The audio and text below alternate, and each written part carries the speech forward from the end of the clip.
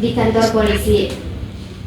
Ini sebelumnya saya menjelaskan dulu 5R itu apa.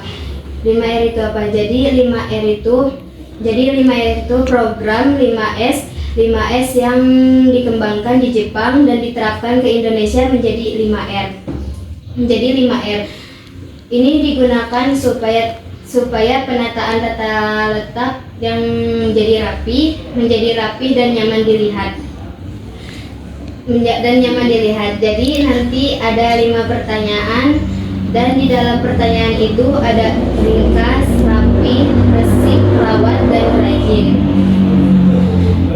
Sebelumnya saya nanya dulu kami di sini apakah di tempat kerja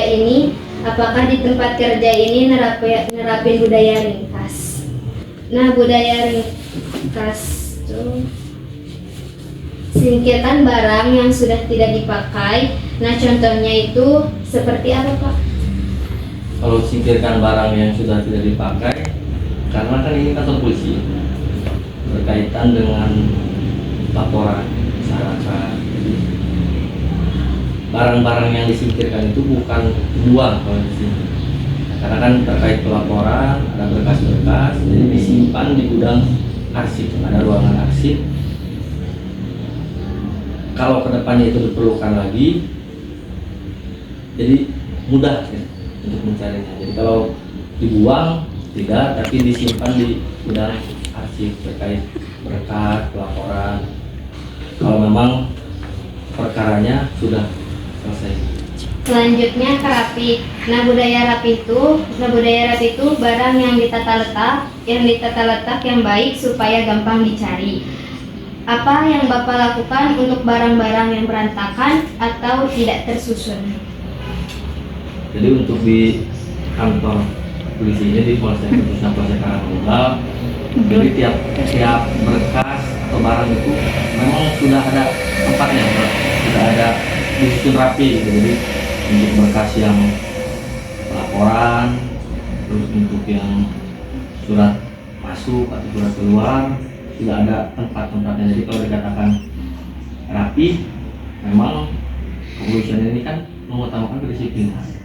Jadi rapi itu otomatis itu udah pasti anggota di sini semua pada menyadari terkait kerapian tersebut dan menyimpan barang atau berkas ke tempat yang memang sudah disediakan.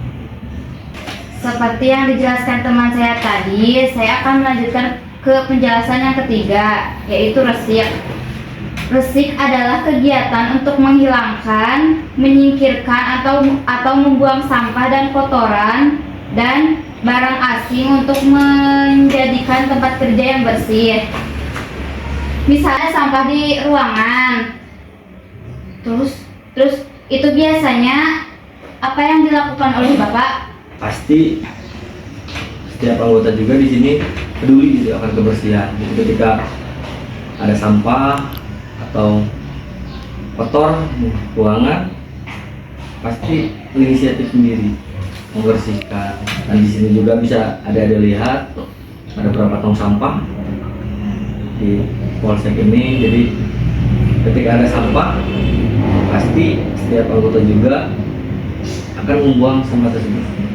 Tong sampah yang telah disediakan bisa dilihat sendiri. Tong sampah ada berapa di sini yang banyak. Itu demi menjaga kebersihan di lingkungan polsek. Jadi tidak ada sampah yang berserakan atau ruangan-ruangan yang kotor. Rawat adalah semua praktek kerja harus berjalan dengan konsisten dan terstandar. Nah, contohnya seperti apa? Kalau rawat, semisal tiap anggota itu hampir seluruhnya mendapatkan kendaraan dinas. Otomatis kendaraan dinas itu mesti dirawat atau dipelihara oleh tiap-tiap anggota agar barang yang menjadi inventarisir dari negara itu bisa dipergunakan secara baik ya. Atau ketika akan melaksanakan tugas dengan menggunakan kendaraan dinas tersebut, apabila dirawat dengan benar-benar tidak akan ada kendala atau hal-hal yang tidak diinginkan ketika bicara waktu untuk menyelesaikan tugas seperti jika ada laporan masyarakat meminta pertolongan. Jadi semua barang tentu dirawat dan dimonitor oleh pimpinan terkait perawatan tersebut, terkait inventarisasi barang baik yang ke setiap anggota atau barang inventaris yang ada di kantor atau di Mapolres. Nah, kan keempat itu sudah dijelaskan sama teman saya. Nah, ini penjelasannya terakhir yaitu tentang rajin. Nah, rajin itu adalah melakukan sesuatu yang benar sebagai kebiasaan di tempat kerja. Nah, apakah di sini menerapkan budaya rajin dan contohnya seperti apa? Terkait budaya rajin di kantor polsek. Kalau rajin, setiap anggota itu kan setiap hari itu ada apel. Nah, jadi dari mulai jam 8 akan apel dilanjutkan dengan anek dari pimpinan. Kalau di polsek itu di Pak Kapolsek, otomatis anggota itu hadir di kegiatan apel, dilanjutkan dengan anek. Terus apabila sudah itu ada kegiatan lain, misal di desa binaan, anggota menyesuaikan kegiatan di desa binaannya. Jadi Wabinkan Timas yang mengundang desa binaan. Berkaitan dengan rajin, dengan adanya apel pagi untuk dilanjutkan anek, itu merupakan tolak ukur rajinnya anggota hadir ke kantor, mengikuti arahan pimpinan dan melaksanakan tugas. Jadi kita mulai apel, lanjutkan anet, lanjutkan dengan kegiatan selanjutnya, itu menunjukkan salah satu bukti rajin dari pihak polsek. Apa saja yang boleh dilakukan dan tidak boleh dilakukan di kantor polisi?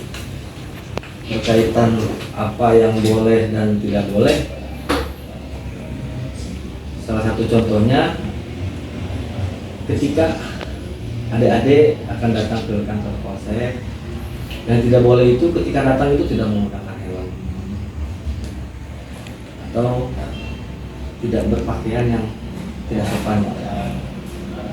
Seharusnya kalau ke polsek itu otomatis ketika berkendara menggunakan helm ketika masuk ke parkiran polsek. Terus yang selanjutnya, apabila ada yang ingin mengambil gambar di polsek, mengambil foto atau video, sebaiknya meminta izin dulu pada petugas yang ada di polsek. Misalkan pengambilan gambar untuk apa, pengambilan video untuk apa. Jadi biar tidak ada salah paham. Dikhawatirkan kalau mengambil gambar tanpa meminta izin, tidak ada yang bisa ditegur. Ya, lebih baik meminta izin daripada tegur akhirnya. Biar tidak terjadi salah paham.